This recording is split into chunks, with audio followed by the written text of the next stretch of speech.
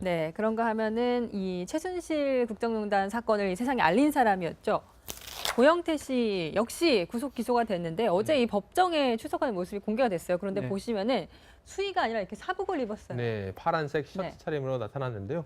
아무래도 지금 현재 미결수기 때문에 네. 지금 현재 수의를 꼭 입을 필요는 없으니까 사복을 입고 나타난 것으로 보입니다. 저것도 결국은 내가 무죄다, 난 잘못 그렇죠. 없다 이걸 강조하고 싶은 걸까요? 아마 저 보면 좀 자신감 있게 나오는 모습이거든요. 사복도 어떤 면면 의사 표시라고 보면 될 수 있습니다. 네, 카메라도 한번 응시하고요. 그렇죠. 네. 카메라도 보고 아주 여유롭게 좀 가는 모습이 나는 뭐 떳떳하다라는 그런 뜻을 보이기 위해서 카메라도 보고 수의가 아닌 사복을 입고 나온 거고요. 일반적으로 이 죄를 좀 인정하는 경우는 일부러라도 수의를 입고 나오는 경우가 많습니다. 조금 이제 측은하게 왜냐하면 재판장에게 판사가 보이기 봐야 위해서. 되니까요. 예. 근데 그런 모습이 지금 아닌 게 포착이 되는 것이죠. 근데 고영태 씨의 경우 사실은 최근에 재판 전략을 좀 바꾼 것 같아요. 네. 무슨 얘기냐면 검찰이 그동안에는 이제 자기한테 상당히 호의적이라고 생각을 했잖아요. 근데 본인이 구속되고 나서는 그런 모습이 없으니까 검찰을 공격하기 시작했어요. 이제 고영태 씨 변호인도 마찬가지고 검찰에서 부당하게 내가 대접을 받고 있다 또는 뭐 검찰이 강압적으로 수사를 한다 뭐 이렇게 지금 항변을 하고 있고 예. 심지어는 뭐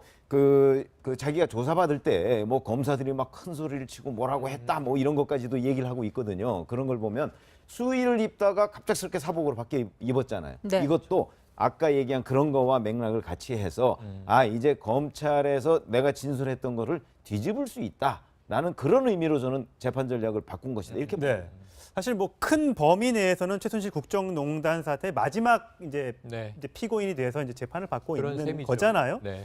근데 엄밀히 말하면 본인에게 씌워진 죄는 저거하고 상관이 없이 매관 매직이란 말이죠. 맞아요. 매관 매직이나 뭐 인터넷 도박에 투자했다, 예. 뭐 주식 투자한다고 돈 빌렸다 안 이게 갚았다. 뭐 별건 세 가지 예. 혐의인데 그 중에 뭐 나머지 혐의 없음도 있고 조금 이제 억지로 걸린 것도 있고 말씀하신 대로 매관 매직 이 혐의 하나가 핵심인데 지금 나 강압 수사 당했다라고 얘기하는 거는 얼마 전에 최순실이 했던 얘기잖아요. 그렇죠. 그 맥락을 따라가는 건 이게 전략이라고 치더라도 좋은 전략이 아닌데 오늘도 기사를 꼼꼼하게 보니까 변호인과 고영태 주장은 이거더군요.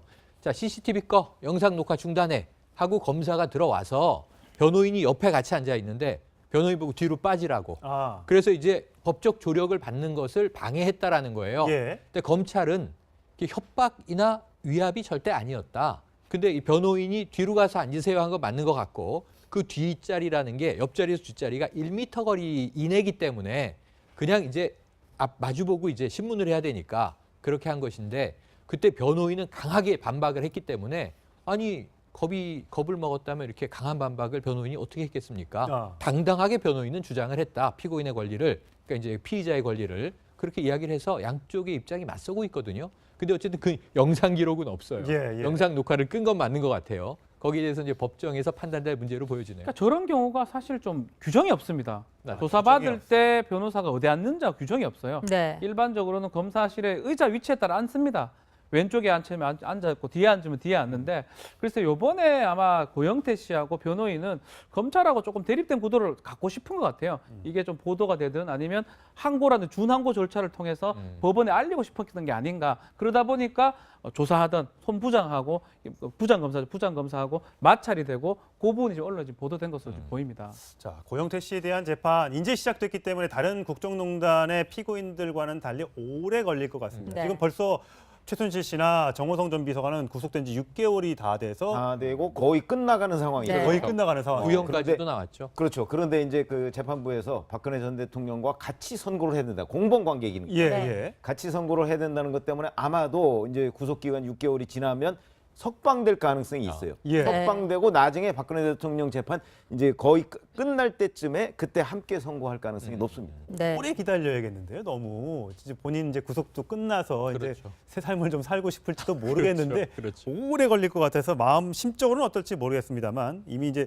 대통령도 새로 취임을 했고 네. 본인들의 마음은 어떨지 참 그래서 궁금합니다. 오늘 목요일이니까 내일 차은택 감독부터 네. 이제 판결이 시작돼요. 지켜보죠. 네. 사실상 최순실 씨의 마음은 대충 짐작할 수 있는 게 그때 한번 전화 통화 내용이 한번 공개됐잖아요. 이거 다 공개되면 죽음이야. 네. 사실 그 생각을 지금도 하고 있지 않을까 그렇게 생각해 볼 수 있을 것 같습니다. 네.